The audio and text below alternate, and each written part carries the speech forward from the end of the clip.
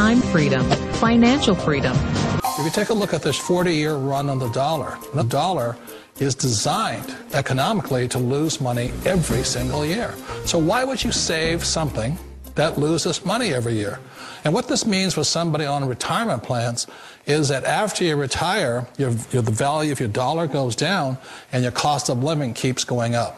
To my rich dad, that was bad advice and made no sense. Again, it was different value. An important diagram my rich dad showed me when I was a little boy was a diagram known as a cash flow quadrant. And the quadrant is made up of the 4 different people who make up the world of business. So my rich dad said, in the world of business, there's E's. And E's stand for employees. An employee, he says, you can always tell who they are by their core values. And what the employee, whether the president or the janitor of the company, will always say the same words. The words are, I'm looking for a safe, secure job with benefits. That's what makes them an employee, because their core values are security.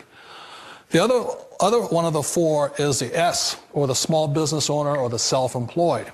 And again, their core values will cause them to use the same words, which are, if you want it done right, do it by yourself. S means they're also solo. They're generally one-person act, or they operate by themselves. On the right side of the quadrant are the B's. And what Rich Dad said the B stood for was big business, or like Bill Gates. Forbes defines big business as 500 employees or more.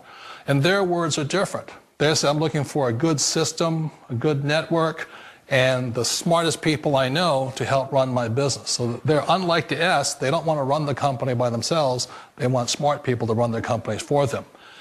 And then the 4th of the quadrant is the I, and I stands for investor. These are people who have money work hard for them. These people are people who have people work hard for them. And these are the people that work hard for the rich here. So early on in my life, it was my poor dad who always said to me, you know, Robert, go to school and so get a high-paying job.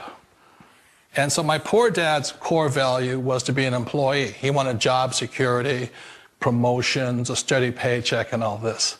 And so it was my rich dad who said to me, he says, you know, Robert, if you really want to be rich, learn to build businesses. It made more sense to him to work hard to build a business, something you owned, and something you could pass on for generation to generation to your kids. Whereas my poor dad said, work hard, but my rich dad said, why would you work hard for something you'll never own and you can get fired from right away? Again, that was the difference in values. So my rich dad suggested I learn how to be a business owner and learn how to be an investor. And that's one of the big differences. On this side of the quadrant, these people here work for security. They work for money also.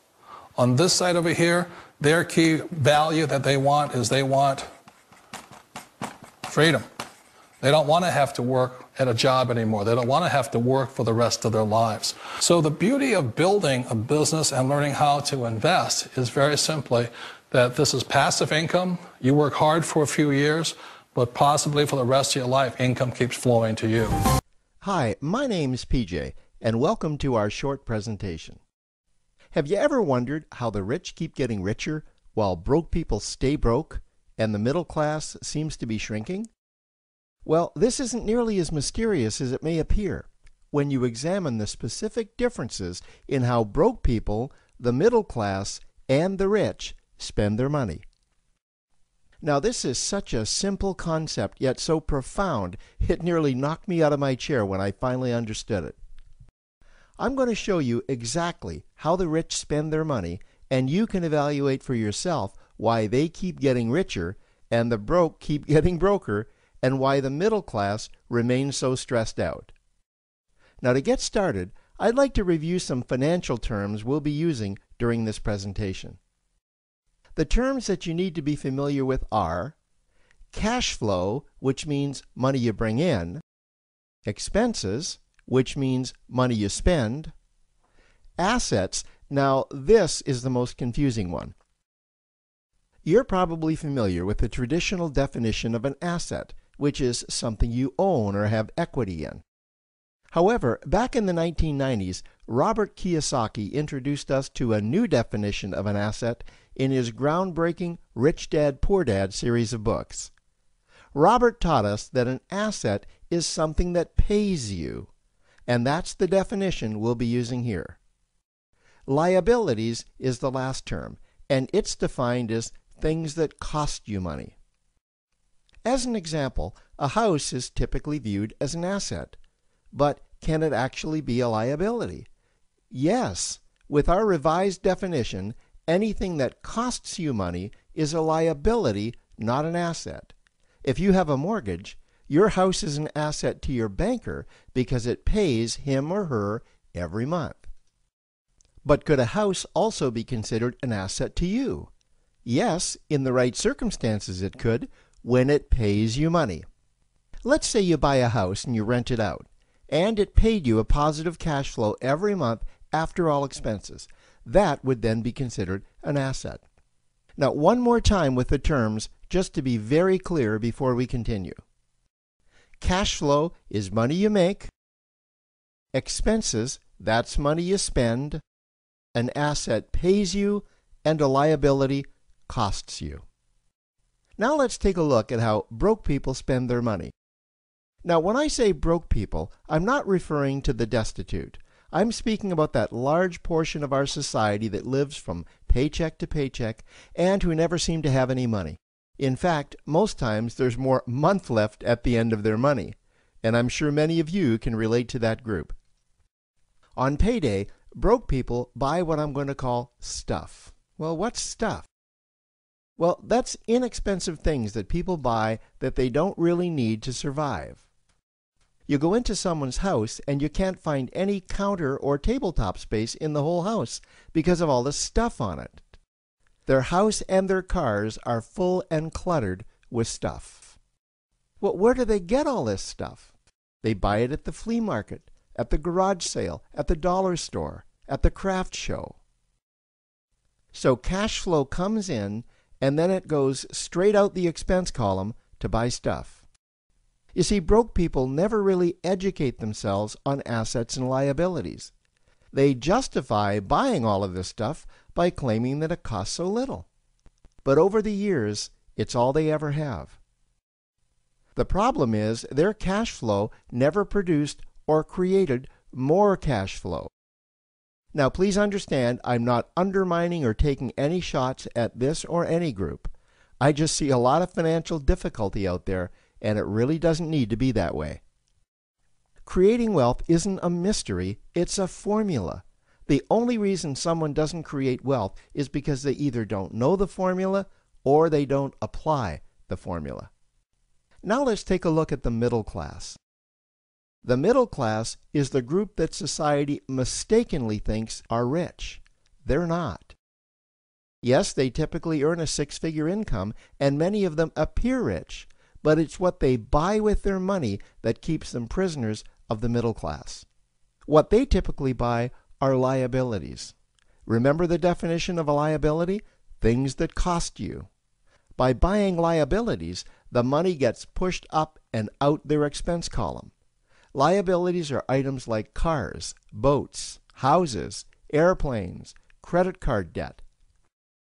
Now let's see just how this happens. The middle class gets a nice paycheck, let's say $10,000 for the month. They then split that down the middle and they pay their monthly expenses with half, and with the other half, they make a down payment on a new car. The car costs $5,000 down, and after they add on the insurance and the maintenance, that liability now costs $1,100 new dollars every single month. A few months go by, and they want a boat, then a vacation home, a Rolex watch on their credit card, a vacation on their credit card. And before you know it, their liabilities have raised their expense levels to near or above their income levels. They actually spend equal to or more than they make. Meaning that they have to go to work and make a certain amount of money every single month just to cover their liabilities. The other important issue with both broke people and the middle class is that normally all of their cash flow is dependent on their own effort, meaning that they've educated themselves to exchange their knowledge and expertise for someone's money. Also, the money they earn is usually the highest taxed form of income. Here's an example. An attorney is knowledgeable about law, so people pay him or her in exchange for that knowledge on an hourly basis. The problem here is that if the attorney isn't sharing that knowledge with a client, then the attorney isn't making any money. This causes lots of stress and anxiety in their lives. And if you ever ask them to take an afternoon off to play golf with you, well, they very rarely can because of how much money it'll cost them to take that time off. On the surface, life's pretty good. The reality is that it's a roller coaster ride. That's the middle class. Now, I know this group very well because for a great deal of my adult life, that was me. Now let's take a look at how the rich people spend their money. Rich people acquire assets. Again, an asset is something that pays you. If you want to become rich, buy assets that earn you more money. The money cycle looks like this. Acquire assets that produce cash flow, invest the profits to acquire more assets that produce more cash flow, invest those profits to acquire more assets that produce more cash flow. The rich spend their money and acquire things that produce more money. Here are a few examples of assets that produce more money. Investments are the obvious ones: stocks, bonds, real estate. Education is another asset. If you learn how to do something that produces more money for you and you actually do it, that's buying an asset. There's a great quote that goes, "If you think education is expensive, you should see how expensive stupidity is." Another example of assets you can acquire that pay you are cash-generating opportunities, especially those opportunities that can create a passive cash flow. Passive meaning that once you build it up, the money continues to flow whether you're still building it or not. Here's a small example. Let's suppose you bought a pinball machine and you put it in a barber shop, and you don't spend any of the profits. You save them until you can buy another pinball machine and put it in another barber shop. This, by the way, was Warren Buffett's first business. If you don't know who Warren Buffett is, he's one of the top 2 richest men in America. The rich are extremely eager to find those passive cash-generating opportunities because those opportunities continue to pay them month after month, year after year, long after they've stopped working the opportunity. You know, I see this happen again and again with successful entrepreneurs. They find a passive cash flow stream that they build up, and it continues to pay them month after month, year after year. They then take those profits and multiply them in another passive cash-generating opportunity, and then again in another. In conclusion, here's what I've learned over the years. You can't find these passive cash-generating opportunities unless you're open to hearing about them. Then, once you find them, you must be willing to see what fits you and then act. Now, the reason I say this is that I once answered a hokey little ad that I ended up generating 7 figures from, simply because I answered that ad and then took action. These opportunities are out there. You just need to find them. You also must be opportunistic enough that when the right situation does present itself, you don't miss it. So remember, broke people buy stuff, the middle class buy liabilities, and the rich acquire assets, preferably cash-generating opportunities that can create passive cash flow. They then take that cash flow and invest it in another asset that produces more cash flow. That's the wealth creation formula. Now, I trust you found this introductory information helpful. Now, to learn about one of the greatest cash-generating machines on the planet, click on the link below to proceed to step 2. Time freedom, financial freedom. Now, if you know what you're worth, now go out and get what you're worth. But you got to be willing to take the hits and not pointing fingers saying you ain't where you want to be because of him or her or anybody. Cowards do that, and that ain't you. You're better than that. time freedom, financial freedom.